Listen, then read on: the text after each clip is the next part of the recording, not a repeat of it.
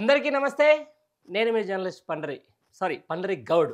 First time పేరు చెప్పుకోవాల్సొస్తుంది. ఎందుకంటే, ఈరోజు దీనికి సంబంధించిన దాని మీదనే మీకొక వార్త అయితే పట్టుకొచ్చిన. రేవంత్ గౌడ్ అంటగా మహేష్ అన్న అంటుండని చెప్పేసి. అంటే ఈ మహేష్ అన్న అంటే ఎవరో అనుకునేటోళ్ళు ఒక ఏంటంటే పీసీసీ చీఫ్ మహేష్ కుమార్ గౌడ్.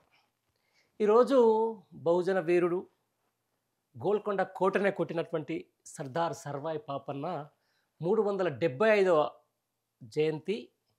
ఆ సందర్భంగా ఈ రాష్ట్ర ప్రభుత్వం నిర్వహించినటువంటి సభ, ఒక సభకు సంబంధించిన దాంట్లో మహేష్ కుమార్ గౌడ్ ఒక ఆసక్తికరమైన అనను కానీ మరీ ఇక ఆల్రెడీ పీసీసీ చీఫ్ వచ్చింది ఆయనకు. మరి ఇంకా ఇంకా రేవంత్ రెడ్డిని పొగిడి మరి ఏమన్నా మంత్రి పదవి కోసం చూస్తున్నాడా, లేకపోతే పీసీసీ చీఫ్ కంటే మంత్రి పదవి చిన్నదే ఇప్పుడు, ఎందుకంటే అధికారంలో వాళ్ళే ఉన్నారు కదా, లేకపోతే డైరెక్ట్ ముఖ్యమంత్రి పదవి కోసం చూస్తున్నారో తెలియదు మహేష్ అన్న. కానీ ఆయన ఏమంటాడంటే, నేను ఎప్పుడు కూడా ఒకటి చెప్తూ ఉంటా, ప్రస్తుతం సమకాలీన రాజకీయ అంశాలకు సంబంధించి కాంగ్రెస్ పార్టీ అనేది రెడ్డి కబంధ హస్తాల్లో ఉండేటువంటి ఒక పార్టీ.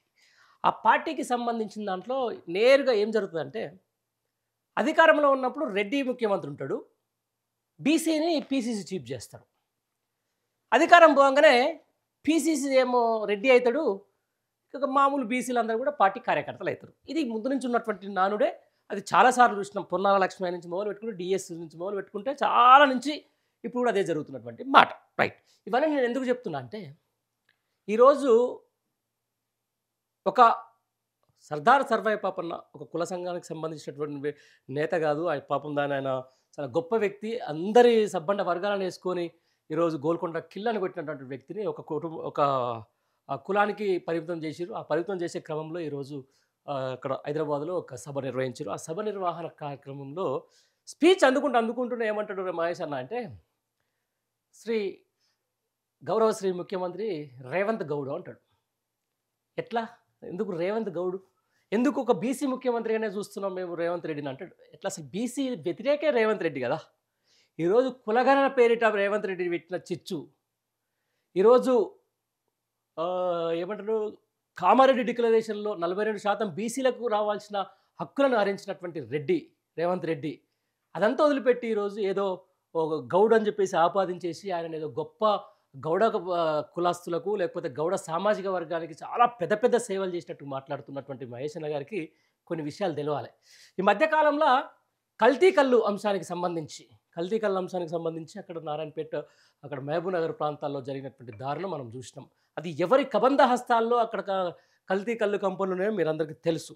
అయినా కూడా దాన్ని ఒకదాన్ని పట్టుకొని వచ్చి ఈరోజు ఈ కల్లు అనే దాని మీద పట్టుకొని వచ్చి ఈరోజు కల్లు కంపెనీలను కూడా ఎత్తివేసే ప్రయత్నం చేస్తున్నప్పుడు, మరి అప్పుడు రేవంత్ గౌడ్ కాదా?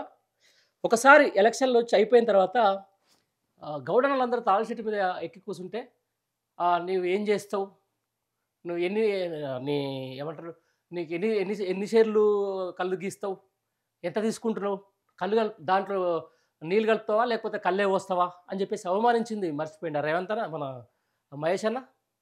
తర్వాత గౌడ సామాజిక వర్గానికి సంబంధించిన దాంట్లో గత ప్రభుత్వాలు 30% రిజర్వేషన్లు లేకపోతే 15 నుంచి 20% రిజర్వేషన్లు వైన్ షాపులలో ఇస్తున్నప్పుడు దాన్ని కూడా తప్పుపట్టిన రేవంత్ రెడ్డి, మరి ఆ విషయం మర్చిపోయిందా మహేష్ అన్న? ఈరోజు తెలంగాణ రాష్ట్రంలో గౌడ సామాజిక వర్గానికి జరిగినటువంటి మేలేంటి కాంగ్రెస్ ప్రభుత్వంలో అనే దాని మీద ఒకసారి ఆత్మవిమర్శ చేసుకోవాలి మహేష్ అన్న. ఎందుకరు నిజంగా ఈరోజు గ్రామ స్థాయి నుంచి మొదలు పెట్టుకుంటే రాష్ట్ర స్థాయి వరకు రెడ్డి అధికార పీఠాన్ని బద్దలు కొట్టేందుకు అత్యంత పటిష్టంగా లేకపోతే అత్యంతంగా ఎదురు చూస్తున్న కమ్యూనిటీ ఏదైనా ఉంటుంది గౌడు. 100% దీన్ని మనం ఒప్పుకోవాలి.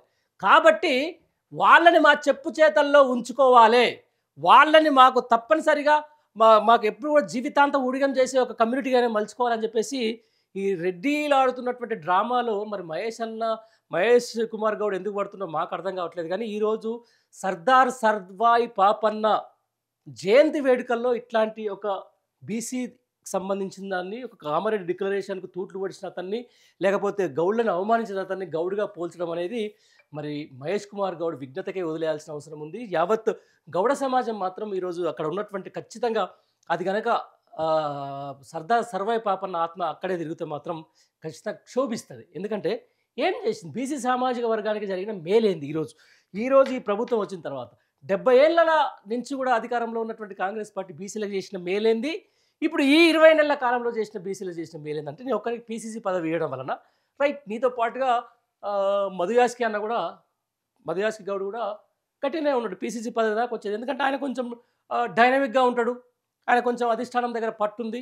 కొంచెం జర నిజంగా బీసీలకు కావాల్సింది కామారెడ్డి డిక్లరేషన్ ఖచ్చితంగా అమలు చేసి తీరాలని చెప్పేసి కొట్లాడేంత దమ్మున్నోడు. అయ్యో! ఈ అమ్మ ఇట్లా కొట్లాడితే మళ్ళీ మా పప్పులు ఉడికాయని చెప్పేసి ఏదో ట్రంప్ కార్డ్ తీసుకొనొచ్చేసి మీకు పీసీసీ పదవి ఇవ్వడం వల్ల పీసీసీ పదవి దక్కడం అనేది ఇంకా గూడా ఆయన ఆ రోజే మీరు పీసీసీ పదవి తీసుకునేటప్పుడు నేను మహేష్ గౌడ్ అంత మా ఏమంటారు మంచోడిని గాను. అవసరమైతే ఒక్కొక్కళ్ళని అది చేస్తా, ఇది చేస్తా అని చెప్పేసి కూడా మిమ్మల్ని ఆ రోజు కూడా డీగ్రేడ్ చేసింది. మర్చిపోయారా మహేష్ కుమార్ గౌడ్ గారు? ఇట్లా ఏది ఏమైనా గూడా సర్దార్ సర్వాయి పాపన్న జయంతి వేడుకలకు సంబంధించి ఈరోజు రేవంత్ రెడ్డి లాంటి బీసీలకు ఆయన చేసినటువంటి ద్రోహాన్ని మరిచి ఒక రేవంత్ గౌడ్‌గా మీరు పలికిన మాట ఖచ్చితంగా వెనక్కి తీసుకోవాల్సిందే. యావత్ తెలంగాణ రాష్ట్రంలో దగ్గర దగ్గర 40 లక్షలకు పైగా ఉన్నటువంటి గౌడ్ల మనోభావాల్ని ఖచ్చితంగా దెబ్బతీసినట్లే. ఏదేమైనా కూడా ఇంకొకసారి ఇట్లా ఈ బీసీ ద్రోహాలకు పాల్పడే వాళ్ళను, లేకపోతే ఈ అగ్రకుల అహంకార వాదులను, తర్వాత ఒక ఫ్యూడల్ రెడ్డి విధానంలో వెళ్ళిపోయేటువంటి ఇట్లాంటి వాళ్ళను కూడా ఒక కమ్యూనిటీతోటి పెట్టి పిలిచి ఈరోజు ఇంతమంది ఉన్నటువంటి గౌడన్నల ఆహ్, ఆగ్రహానికి మాత్రం మీరు వ్యక్తం కావద్దు, ఆగ్రహానికి మాత్రం మీరు కావద్దని చెప్పి, గురి కావద్దని చెప్పేసి కూడా ఈ సందర్భంగా నేను ఒక గౌడ బిడ్డగా స్పష్టం చేస్తున్నా. Thank you very much.